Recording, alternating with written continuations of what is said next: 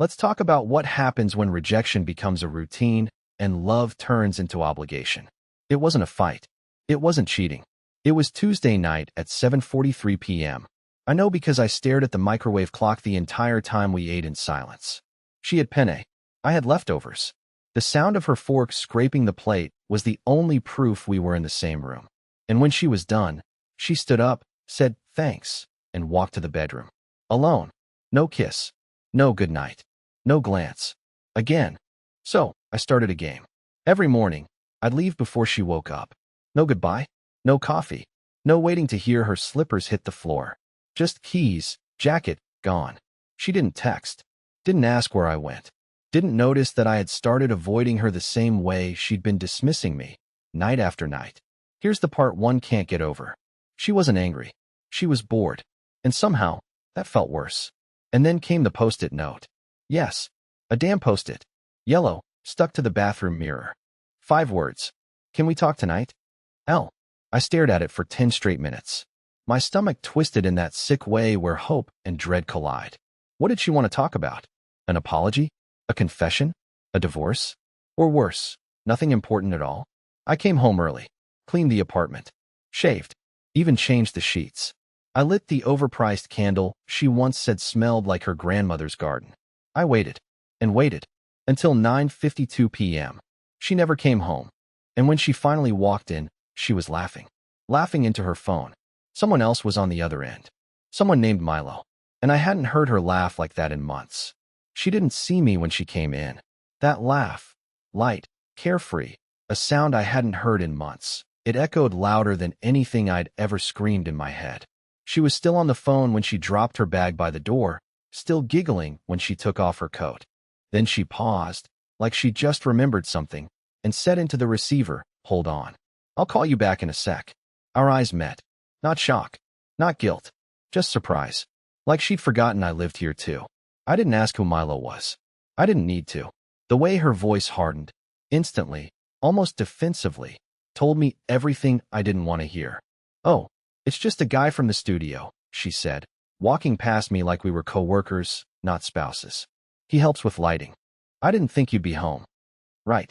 Because home's just where my name still lives on the lease. I didn't reply.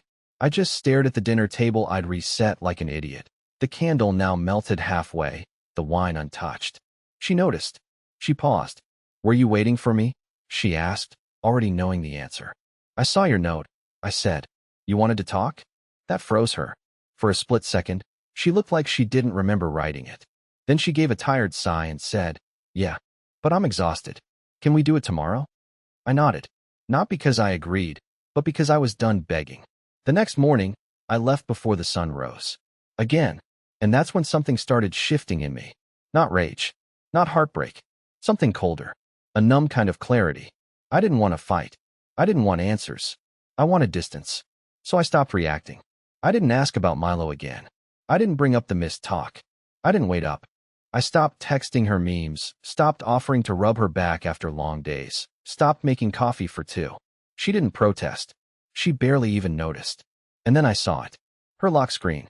She'd left her phone on the table when she went to shower, and I didn't touch it. I didn't open anything. But the screen lit up with a message. Bold, centered, undeniable. "Milo, same time tonight. I'll bring wine," winking face. That's when I realized something devastating. This wasn't emotional distance. This was a second life. I didn't touch her phone. I didn't need to.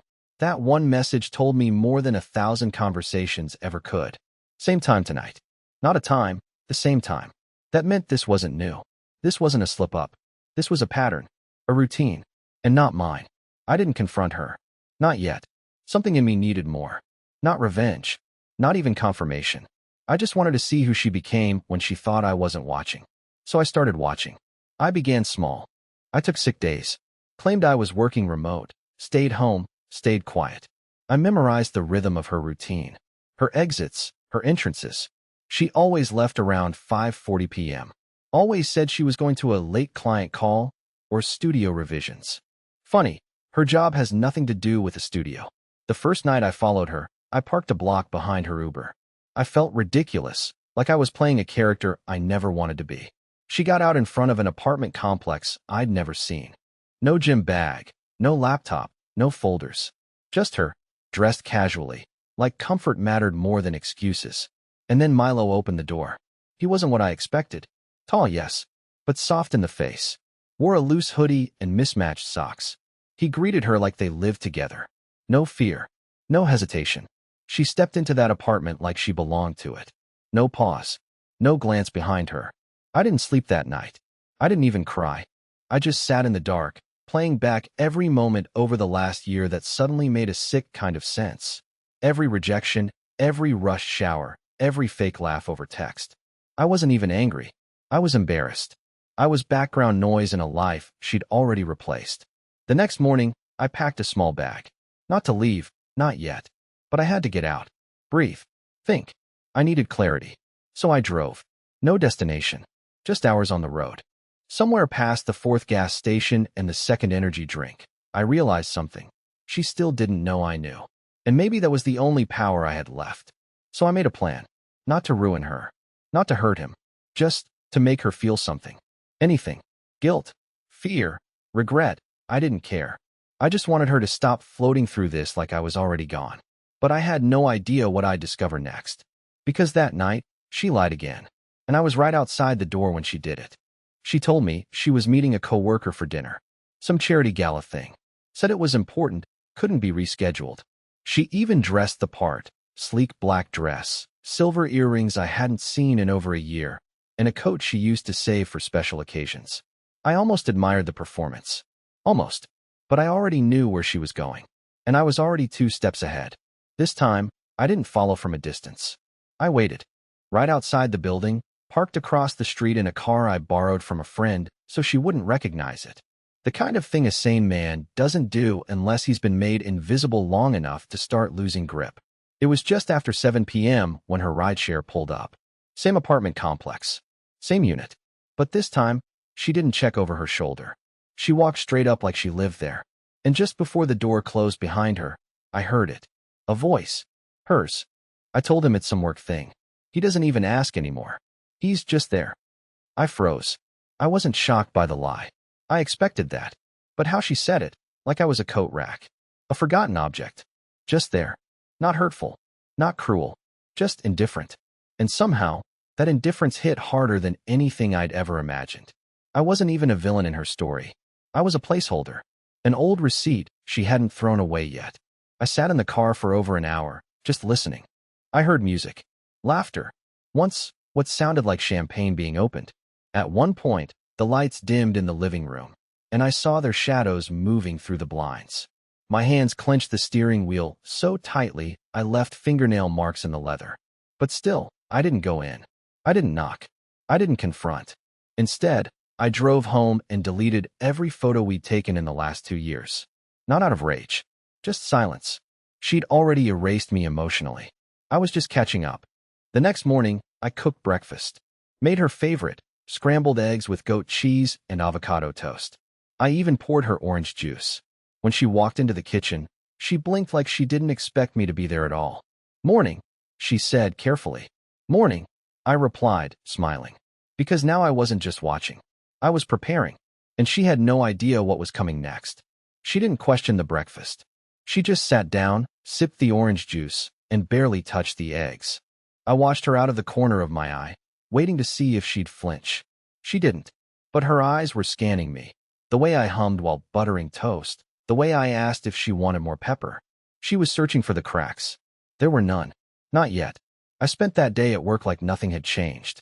Tuned to Steinway upright in a school lobby while kids screamed down the halls. Smiled, nodded, made small talk. I was calm on the surface, but under it, every moment felt sharpened, like I was watching myself live from 10 feet outside my own body. That night, I moved the first piece. She always left her gym bag by the front door. It was a prop. She didn't go to the gym. So I opened it. Inside was a change of clothes, deodorant, and a bottle of dry shampoo. I added one thing. An old photo of us from our honeymoon, folded neatly into the side pocket.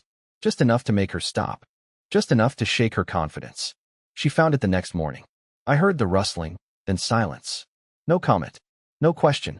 But at breakfast, her hand trembled slightly when she picked up her fork. 2 days later, I did it again. She had a drawer in the hallway. Receipts, charger cables, junk. I slipped in a note I'd written years ago, back when we were still good. It said, "I hope we never stop choosing each other." I didn't even remember writing it until I saw the faded ink. She found it the following week while looking for spare batteries. Again, no confrontation. But that night, she lay in bed longer before turning away from me. She stared at the ceiling, blinking like she was chasing a thought that wouldn't settle. I wasn't trying to guilt her. I wasn't trying to win her back. I was making her look at the ghost she left behind, and letting that ghost live in the walls. Then came the phone call. I was on the balcony when I heard her talking in the kitchen. She thought I was asleep. I wasn't. Her voice was low, but I caught fragments. "No, he hasn't said anything. I don't know, it's weird. He's being nice. Too nice. Yeah, I feel like he knows something." She does. And I'm just getting started. By now, I'd stopped wondering why she did it. I stopped asking if I wasn't enough, if he had something I didn't. That part of me, the part that needed answers, had gone quiet. What replaced it wasn't rage. It was precision. Cold, methodical clarity. She was living two stories, and I had one goal: make them collide. The first real move was digital. I knew her schedule, knew when she left her laptop open, knew how she never logged out of anything. One night, while she was showering, I slipped into her email. I didn't read everything, just scanned the sent folder. There were short messages to someone named M, always vague, always during work hours. One caught my eye, a calendar invite titled Q3 Outreach Follow-Up. I clicked it. The meeting location? That same apartment complex. She'd turned her affair into a fake business event. I smiled. Then I declined the meeting, not from her account, but from mine, using my real name. She never knew I had access to her shared calendar. The next morning, she was pale. She stared at her phone for 5 straight minutes at the table. I asked if everything was okay. She said it was a glitch in the calendar. I nodded and poured more coffee. The second move was subtle, but brutal. I sent flowers, anonymously, to Milo's building. Same time she was supposed to be at work. I wrote on the card, "He knows." Tick, tick, tick. She didn't say anything that night, but her entire body was tense. She dropped a glass while washing dishes. Her hands kept fidgeting with her phone. And for the first time in weeks, she actually looked at me, like she was trying to read my mind. That weekend, she suggested a trip. "We need to reconnect," she said. "Get out of the city. Just us." I agreed immediately. Not because I wanted to fix anything, but because I knew she wanted distance from whatever fires she felt burning behind her. We drove up north. Some rented cabin. No signal. No distractions. And for 2 days, she played the part of the loving wife. Touching my arm, laughing at nothing, asking if I was happy. But it was all wrong.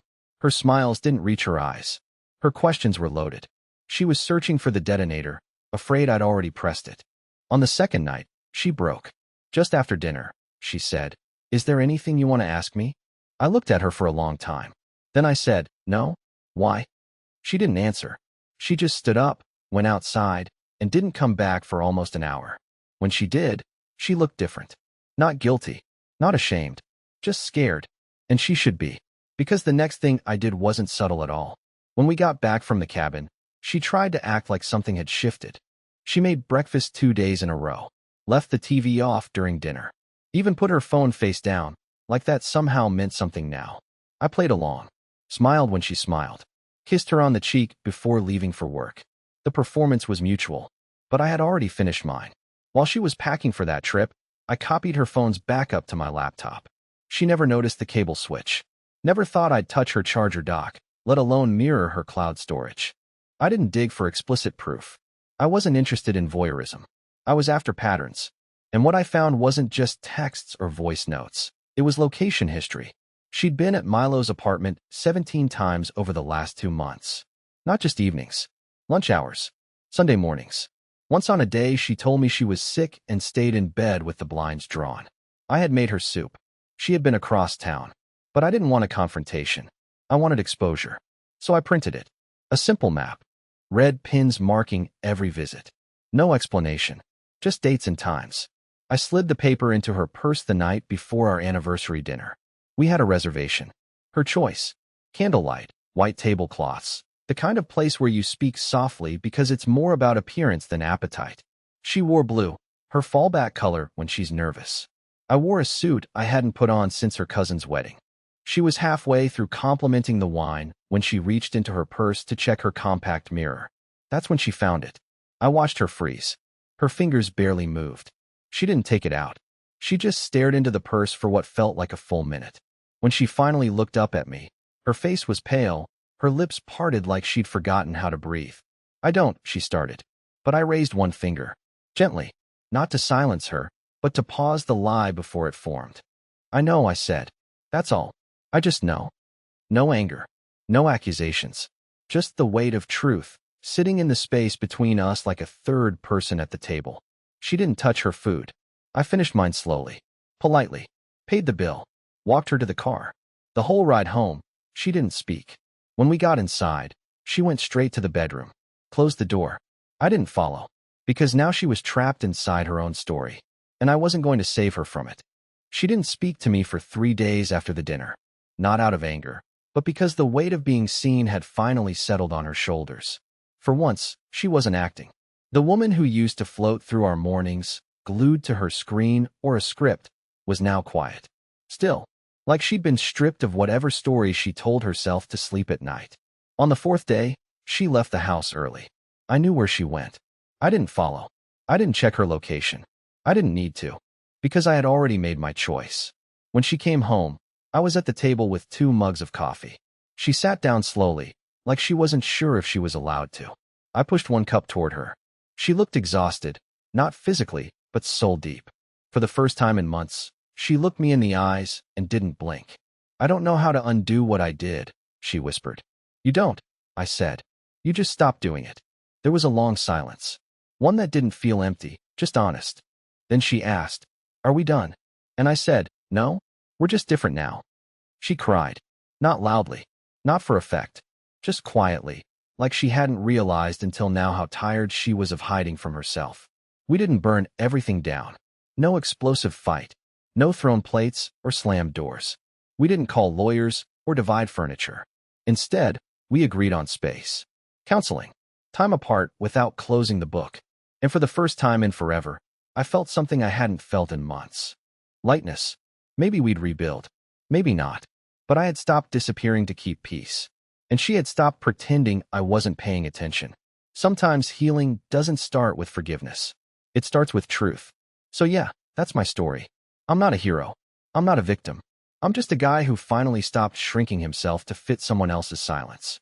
If you've ever been in a relationship where something fell off, where the answers didn't match the energy, trust your gut. Quiet rejection is still rejection, and your peace matters more than their explanations.